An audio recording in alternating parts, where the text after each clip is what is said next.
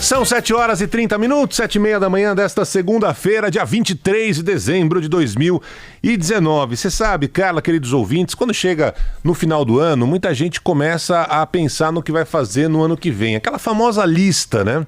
Ano que vem vou fazer um curso de inglês. Ano que vem vou voltar à faculdade. Ano que vem vou emagrecer. Ano que vem vou me casar finalmente, tô ali namorando, noivado e tal. Ano que vem vou ter um filho, né? Decisão importante na vida. E algumas listas são feitas, e aí quando você chega no final do outro ano, você olha para trás e fala, deixa eu ver. Curso de inglês comecei, mas parei. Ginástica. Não, ginástica eu tô bem, né? Consegui realizar. Namoro, mas ainda tá mais ou menos e tal. Enfim, cada um tem a sua forma de realizar os seus desejos, suas vontades. O que você vai melhorar nossa vida pro próximo ano. E aqui no Brasil, eu confesso que eu imaginava, e acho que o país, sabe o país quando faz a lista, o Brasil que ele quer pro Brasil do ano seguinte. O Brasil de 2018, imaginando o que viria no Brasil de 2019, imagino que falou assim, olha, uma realização importante pro ano que vem é o combate à corrupção.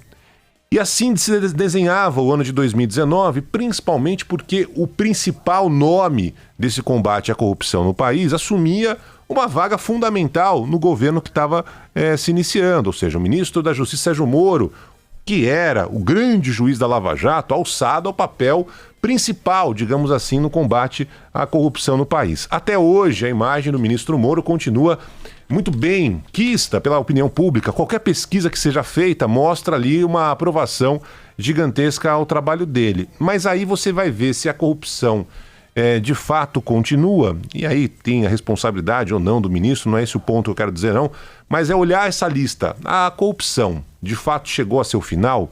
E a resposta é não. Ela vai entrar de novo na lista de desejos para 2020 no país.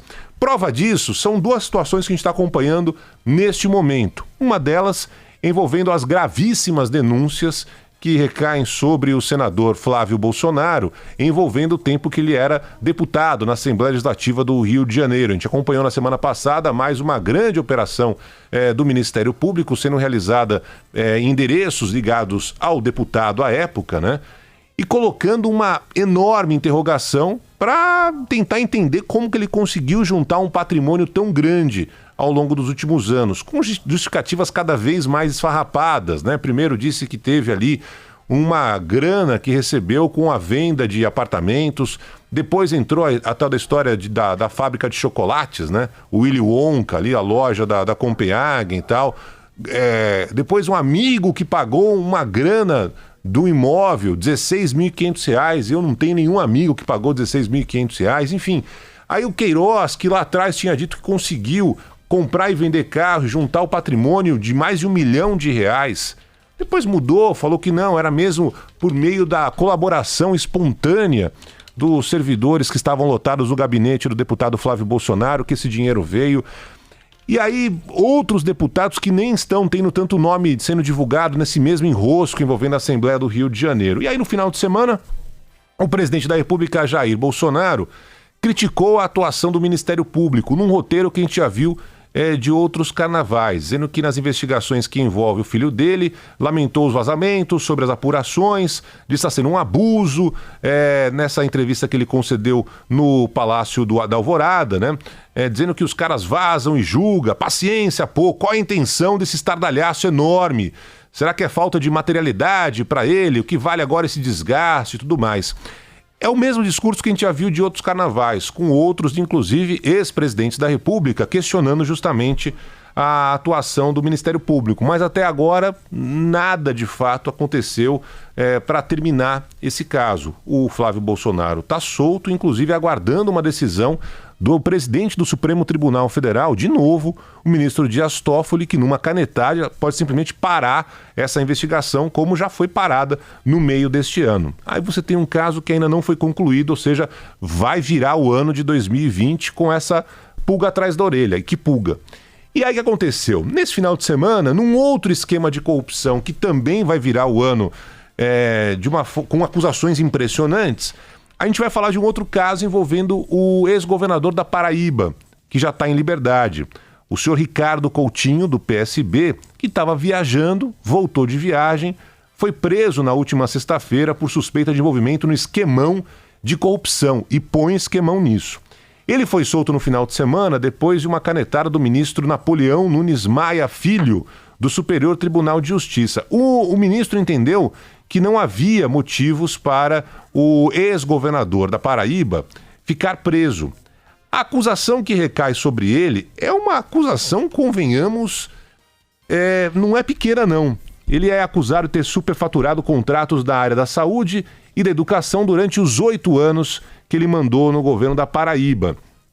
Os valores são inacreditáveis, chegam a 134 milhões de reais. E aí de novo volta, né? Hoje tem uma entrevista mais uma vez do ex-governador que acabou de ser solto, né? Tem uma entrevista dele no UOL e mais uma vez quem ele ataca? O Ministério Público, dizendo que o patrimônio dele é totalmente compatível com a renda que obteve ao longo desses 28 anos. Ou seja, o Ministério Público é o grande vilão. Parece que de todos os casos, sempre quando esse tipo de desvio é encontrado. E aconteceu, a gente vai acompanhar agora aqui um áudio que foi obtido pela TV Globo, onde o ex-governador Ricardo Coutinho concorda com uma propina de 10% do contrato firmado, sugerida pelo delator, o Daniel Gomes. Vamos ouvir aí o trecho. O empresário Daniel Gomes, que foi preso em dezembro do ano passado, está respondendo em liberdade esse esquema que foi denunciado por ele. Vamos ouvir esse trecho. O Ricardo é o líder, isso indiscutivelmente. Eu consigo trabalhar seguramente com 10%. Esse número é bem seguro. Fazer isso no início ou no fim? Eu posso fazer como se eu fizer a primeira entrada aqui, eu já consigo viabilizar a parte, posso adiantar, depois só me diz como que eu faço. O mais rápido possível que você possa, tá? Não tem muita dúvida, né? Não tem muito Ministério Público, não tem muito conluio, não tem nada. Tá aí, é o chamado batom na cueca. Tá ali o delator, que tá preso, o empresário Daniel Gomes, denunciado justamente por causa desse esquema de desvio na Paraíba, e ele fala, tá ali, governador, você quer receber esse 10% como? Quero agora, quero já, não quero amanhã não.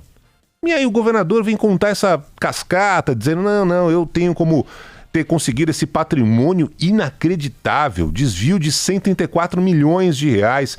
A gente não tá falando de qualquer coisa, não. O esquema, segundo a Polícia Federal, foi iniciado pelo Ricardo Coutinho e continuou com o atual governador da Paraíba, João Azevedo, que está sem partido. E aí você vai atrás, são despesas, além da saúde, educação, que foram utilizadas, por exemplo, o desvio dessa grana para shows em São Paulo, desfile de escola de samba do Rio de Janeiro, onde o governador deitou e rolou. A grana foi usada para custear as viagens do ex-governador.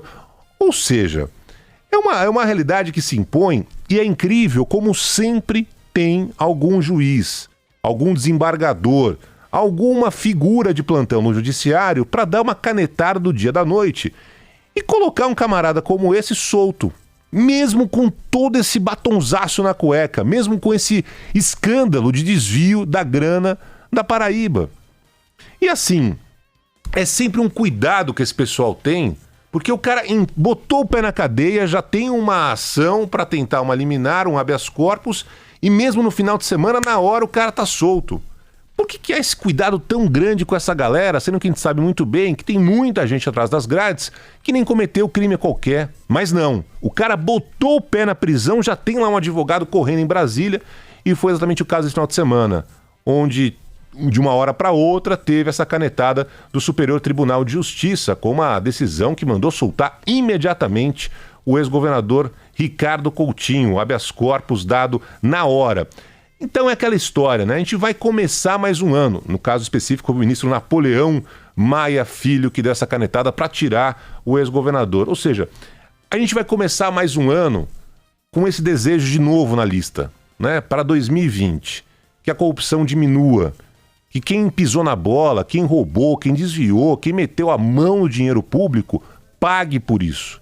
Infelizmente, 2019 deixou essa enorme interrogação no ar, não só nesses 2 casos que a gente falou, mas de tantos outros que acabaram ficando sem uma solução.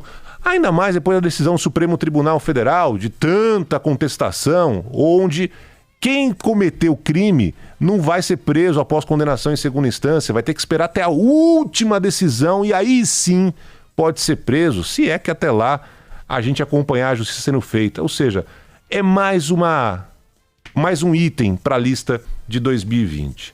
Só para terminar, enquanto a gente está acompanhando essas duas situações específicas, né? Eu queria rapidamente falar sobre uma decisão que passou meio longe aqui dos nossos holofotes, mas eu achei de um absurdo tão grande, porque a gente vai entrar como lista de desejo, na minha lista de desejo para 2020, a redução do desemprego no país, em primeiro lugar. Né? Muita gente que ainda está batalhando, tentando ganhar o pão para levar para casa e com uma dificuldade muito grande. A economia está sendo retomada devagarinho, né? E o nível de emprego ainda está muito baixo, precisa melhorar. Enquanto a gente acompanha essa dificuldade diária de muita gente, os vereadores do Recife decidiram aumentar os seus próprios salários em 30%. Não é uma beleza? Não é uma maravilha? Quando você mesmo tem a caneta na mão e pode aumentar do nada, do dia para a noite, a grana. Os 39 parlamentares que hoje ganham R$ 14.600 vão ganhar quase R$ 19 mil. O projeto estava fora da pauta, não estava ali para ser discutido, mas acabou sendo incluído na ordem do dia. Afinal de contas, para quê, né? Põe lá. Ao todo, 22 vereadores, os 39 parlamentares da casa votaram a favor do aumento. E é isso. Então, enquanto a gente continua acompanhando os políticos decidindo quanto vão receber, eles mesmos aumentando seus próprios salários, do outro lado a gente vê a justiça que está demorando, infelizmente, para ser feita. Vai entrar na lista de 2020, acabar com a corrupção no país.